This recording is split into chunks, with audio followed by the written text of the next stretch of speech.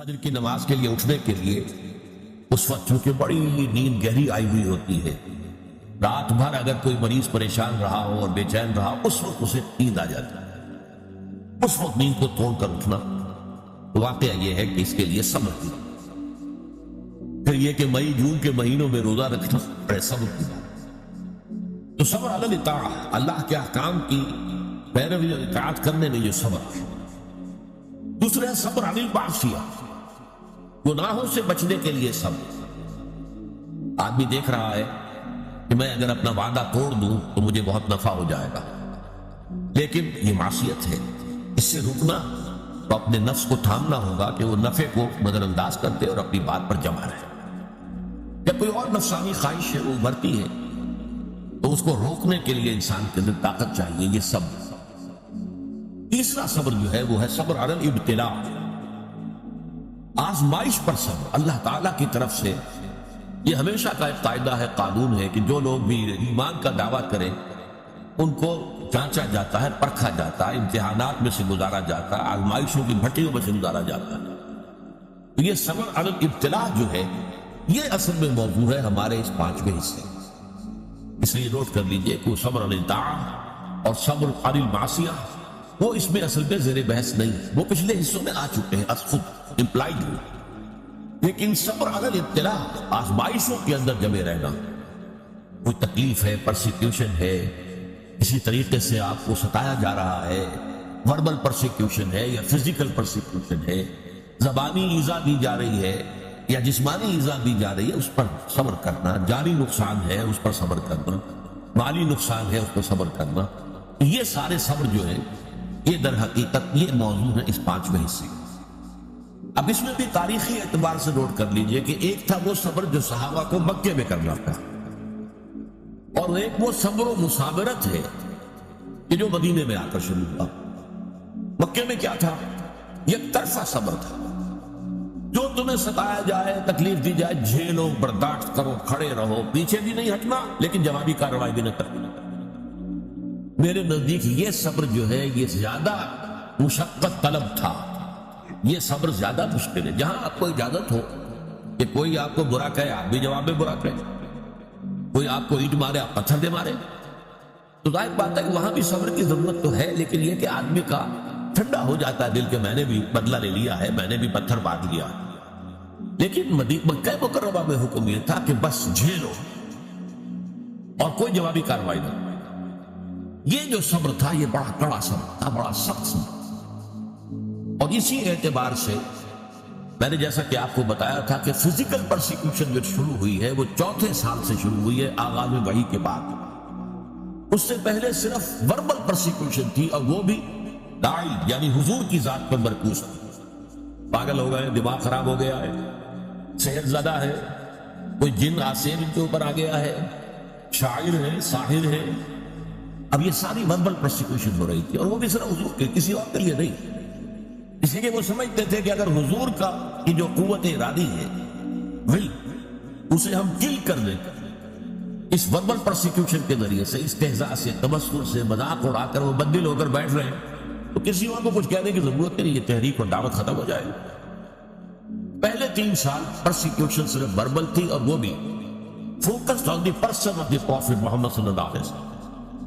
4 سال سے جب انہوں نے دیکھا کہ یہ تو نہ نبی کے حوصلے میں اور عزم میں کوئی کمی آئی، اور نہ یہ دعوت جو ہے وہ کی ہے، بلکہ دعوت تو پھیل رہی ہے، خاص طور پر ہمارے نوجوانوں میں، جو ہمارے مستقبل، ہمارے چشم و چراغ ہیں، وہ ان کے دل جمع ہو رہے ہیں، اور ہمارے غلام جو اب تک تو ثابت تھے اپنی قسمت پر کہ ٹھیک ہے ہماری قسمت نہیں، اب غلام بنا دیے گئے، لہذا جو آ رہا ہے جھیل رہے ہیں۔ اب انہوں نے یہ دعوت نفوذ کر رہی ہے تو یہ تو ایسا ہے کہ جیسے بارود کا گودام ہو اور اس میں کوئی آگ لگائی جا رہی ہے۔ تب انہوں نے پھر فزیکل پرسیکیوشن کا بات، انہیں مارو، انہیں پیٹو، انہیں بھوکا رکھو، انہیں لوہے کی زنجیروں میں باندھ کر گھروں میں ڈال دو، فاقے دو، اور ان کو شدید ترین ایذائیں دو۔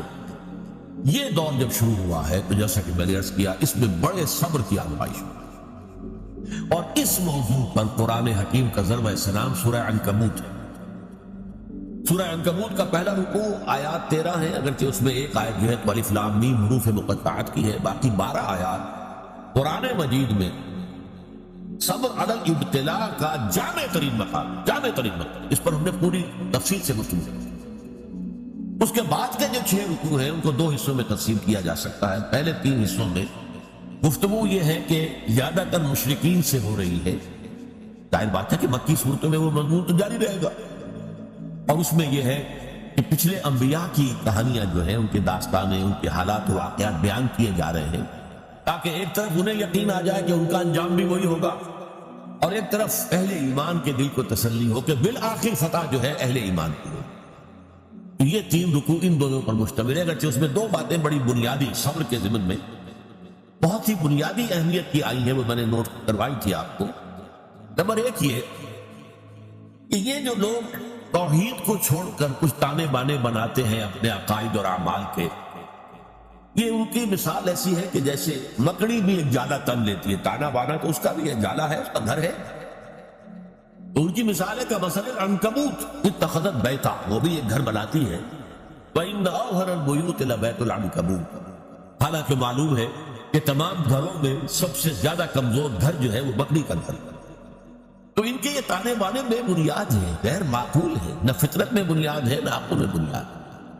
ذرا سی آپ اس کا تجزیہ کریں گے تو معلوم ہو جائے گا کہ بے بنیاد ہے، بے اصل ہے، ان کی کوئی حیثیت نہیں۔ اور دوسری مثال بہترین دی تھی، اور وہ یہ کہ حق کے منکشف ہونے کے باوجود جو لوگ باطل پر اڑے رہتے ہیں، ان میں بڑی تعداد ایسے لوگوں کی ہوتی ہے جو صرف اپنے تعلقات کی بنا پر وہیں پہ جمے رہتے ہیں۔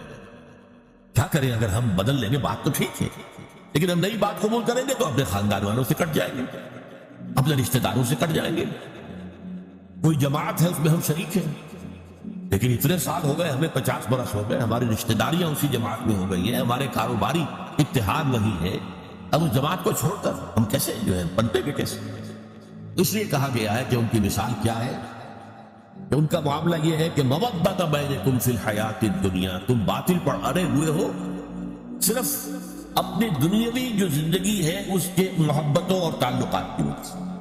یہ نہیں ہے کہ تم اس میں مطمئن ہو، کنونسڈ ہو، حقیقت تم پر منکشف ہو چکی ہے، یہ بات صحیح نہیں ہے، ہم غلط راستے پر جا رہے ہیں۔ لیکن مودۃ بینکم فی الحیات الدنیا یہ چیز ہے جو تمہیں روکے ہوئی ہے، آپ اس کو چھوڑ دے سکتے۔ آخری 3 رکوع جو ہے وہ میں نے عرض کیا تھا کہ یہ 3 رکوع در حقیقت اس میں 2 مضامین جو ہیں ان کو لپیٹ دیا گیا ہے، بٹ دیا گیا ہے۔ ان میں سے ایک مضمون ہے وہی اہل ایمان سے خطاب، کہ آزمائش کے وقت کیا چیزیں ہیں جو تمہیں قائم رکھیں گی، تمہیں طاقت کس سے حاصل، صبر کی بنیاد کن چیزوں پر قائم۔ تو اس میں ہم نے دیکھا کہ جو 21ویں پارے کی جو پہلی آیات ہے نہایت جامع تھی، ذکر کی اہمیت، اتل ما اوحی الیک من الکتاب واقم الصلاۃ ان الصلاۃ تنہی عن الفحشاء والمنکر ولذکر اللہ اکبر۔ پھر یہ بھی فرمایا گیا کہ اہل کتاب کے ساتھ جو ہے، ان کے ساتھ جو ہے مجادلہ کرو، لیکن بڑے اچھے اسلوب، مشترک بات تلاش کرو اور وہاں سے بات شروع۔ اس طرح کے ہدایات آ گئی۔ پھر یہ ہے کہ مشرکین سے بات شروع ہو گئی۔ اب جو یہ آخری حصہ ہے آیت نمبر 56 سے لے کر 69ویں آیت تک، اس میں بھی آپ دیکھیں گے پہلی 5 آیات نہایت اہم ہیں ان لوگوں سے خطاب کر کے جو ان مشکلات و مسائل کی بھٹیوں میں سے گزر رہے ہیں۔ ان میں سے بعض لوگ ایسے بھی تھے کہ جن کے صبر کا پیمانہ اب لبریز ہو رہا، مزید ہمت اپنے اندر نہیں پاتے تھے اس پرسیکیوشن کو برداشت کر، ان کے لیے ایک راستہ کھول دیا، اجازت دے دی گئی ہجرت کی۔ اگر تم ہمارے دین پر قائم نہیں رہ سکتے، اس جگہ پر اتنی سختی ہے، اتنا تشدد ہے، تو ٹھیک ہے تم ہجرت کر جاؤ، میری زمین بڑی وسیع ہے، بڑی کشادہ ہے، زمین سے نہ بندھے رہو۔ پروفیسر مرزا محمد منور صاحب ایک لفظ استعمال کیا کرتے تھے، میں اس کو انہی کے حوالے سے استعمال کر رہا ہوں، Islamic culture is not earth bound. اسلامی تہذیب اور ثقافت جو ہے وہ زمین سے جڑی ہوئی نہیں ہے۔ ایک ہوتا زمین، بھارت ماتا، ہم سب بھارت کی اولاد ہیں، سنز آف دی سوئل، نو، ہمارا تعلق نظریات سے ہے، اللہ سے ہے، ایمان سے ہے، اس بنا پر ہماری یہ جمعیت ہے۔ ان کی جمعیت کا ہے ملک و نسب پر اعتبار، قوم ہے، قوت دین سے ہے مستحکم جمعیت تیری، اس اعتبار سے مسلمان جو ہے وہ ارتھ باؤنڈ نہیں ہے۔ اگر ایک جگہ پر رہتے ہوئے تم دین پر نہیں چل سکتے، چھوڑو اس جگہ کو، دفع کر دو اسے اور چلے کہیں اور چلے جاؤ۔ لیکن ساتھ ہی کچھ اور باتیں بھی کہہ دی گئی. تو یہ در حقیقت یہ موقع کیا تھا؟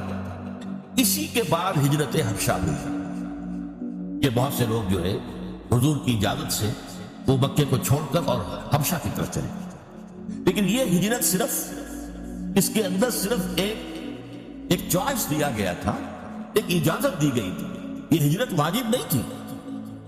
اس کے بعد جو ہوئی ہے 7 سال کے بعد ہجرت مدینے کی، وہ واجب تھی.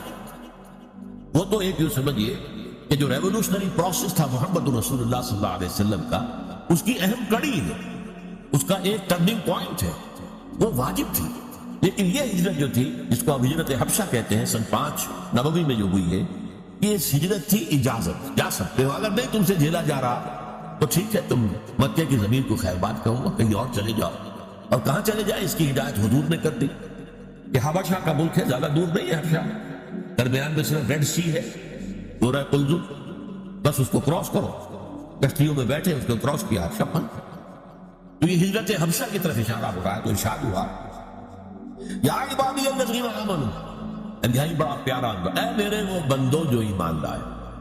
ایک بات میں نے اس سے پہلے کئی مرتبہ کہی ہے آپ سے کہ قرآن مجید میں یا ایھا الذین آمنوا، یہ جو طرز خطاب ہے یہ صرف مکی صورتوں میں، مدنی میں نہیں. جبکہ ایک امت کی شکل بن گئی، تحویل قبلہ ہو گیا، معلوم ہوا کہ ایک نئی امت نئے مرکز کے گرد اب وجود میں آ گئی. لہٰذا وہاں یا ایھا الذین آمنوا، اور اس میں صرف صاحب ایمان نہیں، منافقین بھی شامل ہو. پورے قرآن میں کہیں منافقین کو نہیں کہا گیا یا ایھا الذین نافقوا، نہیں، وہ بھی اپنے ایمان کے مدعی تھے، انہیں ایک مسلمان سمجھا جاتا ہے. اسی یا ایھا الذین آمنوا میں دونوں کور ہو گئے. قرآن مجید میں مکی صورتوں میں یا ایھا الذین آمنوا کا لفظ صرف ایک صورت میں آیا ہے، اور وہ صورت ہے کہ جس کے بارے میں اختلاف ہے کہ وہ مکی ہے یا مدنی. وہ سورہ حج ہے. اس کے بارے میں یہ رائے بھی ہے کہ وہ مکی ہے اور یہ رائے بھی ہے کہ مدنی. اور اس کی بعض آیات جو ہیں جن سے محسوس ہوتا ہے کہ وہ مدنی ہے، وہ اصل میں میرے نزدیک برزخی آیات ہیں، نہ مکی نہ مدنی. یعنی حضور کے سفر ہجرت کے دوران نازل. مکہ آپ چھوڑ چکے، مدینہ ابھی پہنچے نہیں، دوران میں سفر جو آیات نازل ہوئی اس کو میں برزخی کہہ رہا ہوں. تو دنیا اور آخرت کی زندگی کے درمیان ایک مرحلہ ہے برزخی، ایسے ہی یہ مکی اور مدنی کے درمیان. پر اس کے علاوہ پوری مکی صورتوں کے اندر، ویسے وہ صورت بحیثیت مجموعی میرے نزدیک مکی ہے، لیکن اس کی وہ آیات جن کی بنا پر لوگوں نے یہ گمان کیا کہ مدنی ہے، وہ میرے نزدیک برزخی ہے، یعنی مکی اور مدنی کے درمیان. باقی اگر مکی صورت میں خطاب ہوتا ہے تو یا عبادی الذین آمنوا، یا عبادی الذین اسرفوا، اور یہ بڑا ہی محبت آمیز، اے میرے وہ بندوں جو ایمان لائے. اب اس سے زیادہ التفاق اور عنایت اور توجہ اپنائیت جسے کہ میرے وہ بندوں. اسی کی ایک مثال آپ کو ملتی ہے سورہ زمر میں، قل یا عبادی الذین اسرفوا علی انفسہم لا تقنطوا من رحمت اللہ. اے نبی ان سے کہہ دیجیے، اے میرے وہ بندوں جنہوں نے اپنے اوپر ظلم کیا ہے، کوئی گناہ کمائے ہیں، کوئی معصیت کا ارتکاب کیا ہے، تو جان لو کہ تمہارا رب جو ہے وہ رحیم ہے، تواب، وہ تو تمام گناہ معاف کر دے گا. لا تقنطوا، مایوس نہ ہو لینا اس کی رحمت سے. یا عبادی الذین اسرفوا لا تقنطوا من رحمت اللہ انہ یغفر الذنوب جمیعا، سارے گناہ. حدیث میں آتا ہے کہ کوہ احد جتنے گناہ بھی ہو تو میں معاف کر دوں گا آنے واحد میں. توبہ کرو خلوص کے ساتھ، آنے واحد میں سب نسیہ منسیہ ہو جائیں گے جیسے کہ ان کا وجود تھا. وہی انداز ہے یا عبادی الذین آمنوا ان ارضی واسعۃ. دیکھو ہماری زمین بہت کشادہ ہے، صرف مکہ ہی تو نہیں ہے رہنے کی جگہ، ارضی واسعۃ. ہاں عرب کے اندر جو ہے سارے علاقے وہ قریش کے تابع تھے، لہذا قریش کے مقابلے میں پناہ دینے والا کوئی قبیلہ نہیں، لہذا عرب کی سرزمین کو اپنی وسعت کے باوجود تنگ ہو چکی. البتہ عرب سے باہر پوری دنیا پر یہ جاؤ، لیکن ڈٹے رہو، ایمان سے پیچھے نہ. ان ارضی واسعۃ فایای فاعبدون، بس میری ہی بندگی کرو، یہاں نہیں کر سکتے تو وہاں جا کر کرو. اس میں پھر حضور نے نشاندہی فرما دی صلی اللہ علیہ وسلم کہ جاؤ حبشہ میں چلے جاؤ، وہاں ایک بادشاہ ہے جو بڑا ہی انصاف پسند. اس بادشاہ کے پاس نجاشی رحمۃ اللہ علیہ، جو بعد میں ایمان بھی لے آئے اور انہیں تابعین میں شمار کیا جاتا ہے، کہ حضور کی زیارت تو ان ثابت نہیں ہے، نہیں ہوئی ہے، لیکن یہ کہ وہ ایمان لائے ہیں، صحابہ کو انہوں نے دیکھا ہے جو بھی گئے تھے ہجرت کرتے بعد، لہٰذا انہیں تابعی شمار. ان ارضی واسعۃ فایای فاعبدون میری ہی بندگی کرو. اسی سے ملتے جلتے اشعار ہے حضرت علی رضی اللہ تعالیٰ عنہ. بلاد اللہ واسعۃ الفضاء، اللہ کی سرزمین جو ہے وہ بڑی وسیع ہے. بلاد اللہ واسعۃ الفضاء ورزق اللہ فی الدنیا فصیح، اور اللہ کا رزق بھی دنیا میں بہت پھیلا ہوا. وَقُلْ لِقَائِلِ الْقَائِدِينَ عَلَىٰ هَوَانٍ، تو ذرا جو لوگ بے عزتی بے غیرتی کی وجہ سے بھی رہ رہے کسی جگہ، ایک جگہ رہ رہے اگرچہ بے عزتی ہو رہی ہے، توہین ہو رہی ہے، اہانت ہو رہی ہے، ان کی حمیت کو کچلا جا رہا ہے. فَقُلْ لِلْقَائِدِينَ عَلَىٰ هَوَانٍ، اس توہین آمیز روش کے باوجود جو وہاں بیٹھے ہوئے ہیں ان سے کہہ دو فَقُلْ لِلْقَائِدِينَ عَلَىٰ هَوَانٍ إِذَا ضَاقَتْ بِكُمْ أَرْضٌ فَسِيحُوا، اگر کوئی ایک زمین تم پر تنگ پڑ جائے تو چھوڑو اس کو، کہیں اور چلے، اپنی عزت نفس کی حفاظت. اور یہاں معاملہ ایمان کا، اپنے ایمان کی حفاظت. یا عبادی الذین آمنوا ان ارضی واسعۃ فإیایا فاعبدون کل نفس ذائقۃ الموت ثم الینا ترجعون. اب اس میں دوسرا رخ بھی آ گیا. دیکھو یہاں کے تشدد سے آخری اندیشہ اسی کا ہے نا کہ وہ تمہیں قتل کرتے ہیں. لیکن سوچ لو، اگر ابھی تم قتل سے بچ جاؤ گے تو کیا موت سے بچے رہو گے؟ موت تو آنی آج نہیں تو کل، کل نہیں تو پرسوں. لہٰذا یہ اجازت تھی، کیونکہ صرف یہ کوئی حکم نہیں تھا ہجرت، اجازت.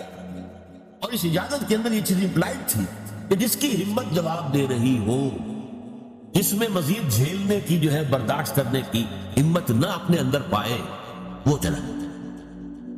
لیکن انہیں سے کہا جا رہا ہے تو موت سے بچ کر تم کہیں نہیں جا سکتے. اگر سمیہ رضی اللہ تعالیٰ عنہ اور یاسر رضی اللہ تعالیٰ عنہ کو شہید کر دیا ابو جہل نے، اور کرو تمہیں بھی کر دیں تو کیا تمہیں تکلیف ہوگی؟ سیدھے جنت میں جاؤ، حساب کتاب کا انتظار نہیں ہوگا، یوم قیامت کا بھی انتظار نہیں. باقی لوگ بڑے سے بڑا ولی اللہ ہو وہ بھی جنت میں داخل ہوگا قیامت کے بعد، حساب کتاب کے بعد، اور تم تو جاؤ گے فوراً جنت کے اندر. لہٰذا یہ پہلو سامنے. اب دیکھیے میں نے عرض کیا تھا پہلے رکوع کے درس میں کہ دو چیزیں اس میں ساتھ ساتھ چلتی، دلجوئی بھی اور ڈانٹ ڈپٹ. یا دلجوئی کا پہلو کیا ہے؟ ٹھیک ہے بھائی، اگر برداشت سے باہر بات ہو رہی ہے تمہارے تو جاؤ، تمہیں اجازت ہے، تمہیں اجازت. بات یہ نہیں کس چیز سے ڈر کر جا رہے ہو؟ موت سے. موت تو آنی، کل نفس ذائقۃ الموت ثم الینا ترجعون، پھر ہماری طرف تمہیں پلٹنا ہے، لوٹا دیا جائے گا. والذین آمنوا وعملوا الصالحات، اور وہ لوگ جو ایمان لائے اور عمل صالح کرے، جو ڈٹے رہے اس پر. لنبوئنہم من الجنۃ غرفا تجری من تحتہا الانہار، ہم لازماً انہیں جگہ دیں گے جنت کے بالا خانوں میں جن کے نیچے نہریں بہ رہی. یہاں دیکھیے وہی سیدھا اب آ رہا ہے جو پہلے رکوع میں بار بار آیا. لنجزینہم احسن الذی کانوا یعملون، وہاں پر آیا تھا ہم تو لازماً آزمائیں گے، وَلَنَبْلُوَنَّ، وہ بھی ہے ان کو آزمایا جائے. اس اعتبار سے وہی سیدھا تاکید تھا. لَنُبَوِّئَنَّهُمْ، ہم لازماً انہیں دیں گے، جگہ دیں گے، من الجنت غرفا، جنت کے بالا خانوں میں، تجری من تحتہا الانہار، جن کے نیچے نہریں بہتی ہوں گی، خالدین فیہا، اس میں وہ ہمیشہ ہمیشہ رہیں گے. نعم اجر العاملین، بہت ہی اچھا اجر ہوگا عمل کرنے والوں کا. اور اب نہایت خوبصورت مقام ہے یہاں پر. عمل کرنے والوں کی بنیاد کیا ہے؟ الذین صبروا وعلی ربہم یتوکلون، وہ لوگ جنہوں نے صبر کیا، جھیلا، برداشت کیا، سختیاں جھیلی، مصیبتیں جھیلی، مسائل جھیلے. جبکہ مدینے کی مکے کی گلیوں میں گھسیٹا جا رہا تھا حضرت بلال کو، اور جیسے جانور کی لاش گھسیٹی جاتی، کھینچ کر لائی جاتی، اسی طریقے سے زندہ انسان، گوشت پوشت کا انسان، اور اس کے گردن میں رسی ڈال کر دے دی ہے چھوکروں کو، گھسیٹو اس کی گلیوں میں. اور ظاہر بات ہے کہ وہ گلیاں کوئی پیومنٹ تو نہیں تھے، وہاں پر کوئی سڑکیں تو نہیں، کونے رکھنے والے جو ہے وہ کیلے پتھر جسے ادھر رہا خون خون ہے. پھر سینے کے اوپر ایک بھاری پتھر رکھ دیا گیا، دھوپ میں ڈال کر، اوپر سے آسمان جیسے آگ برس رہی ہے، ادھر سینے پر پتھر. سانس لینا مشکل سے سانس لے رہے ہیں، لیکن ساتھ ساتھ کہہ رہے ہیں احد احد احد احد، ایک ہی کو مانگو اور کسی کو نہیں.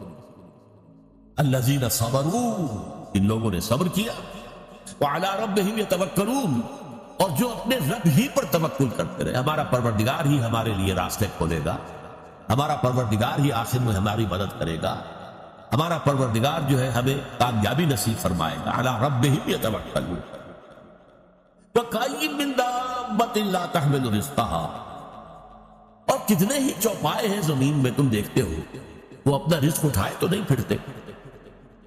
یہ پرندے جو ہیں، کیا ان کا رزق ان کے پاس کور میں کہیں ہوتا؟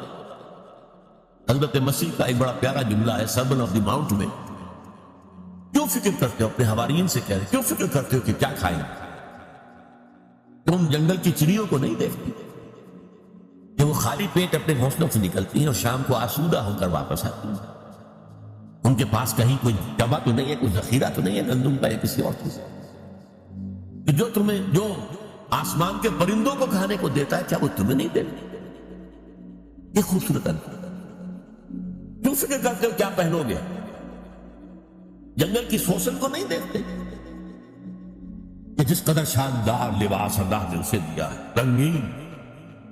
سلیمان بھی اپنی ساری شان و شوکت کے باوجود ویسا ملبس نہ تھا، ویسا لباس اس کے پاس بھی نہیں۔ تو جو جنگل کی گھاس کو لباس دیتا ہے تو آج ہے اور کل جھونک بھی جائے گی آگ میں، کیا وہ تمہیں لباس نہیں پہنائے؟ یہ ہے توکل اللہ کی ذات۔ وَکَأَیٍّ مِّن دَابَّةٍ لَا تَحْمِلُ رِزْقَهَا اللَّهُ يَرْزُقُهَا وَإِيَّاكُمْ، اللہ ہی انہیں بھی رزق دیتا ہے، تمہیں بھی دے گا۔ کیوں فکر کرتے ہو کہ کل کیا کھائیں؟ آج جس نے تمہیں رزق دیا وہ کل بھی دے گا، تم اس کے اوپر توکل کرو، اعتماد کرو۔ وَهُوَ السَّمِيعُ الْعَلِيمُ، اور وہ سب کچھ سننے والا ہے، سب کچھ جاننے والا ہے۔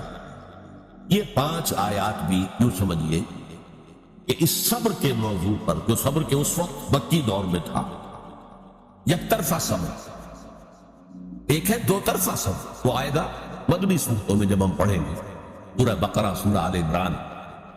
لیکن یہ ہے یک طرفہ صبر، جو آئے جھیلو، برداشت کرو، لیکن کوئی جوابی کارروائی نہیں۔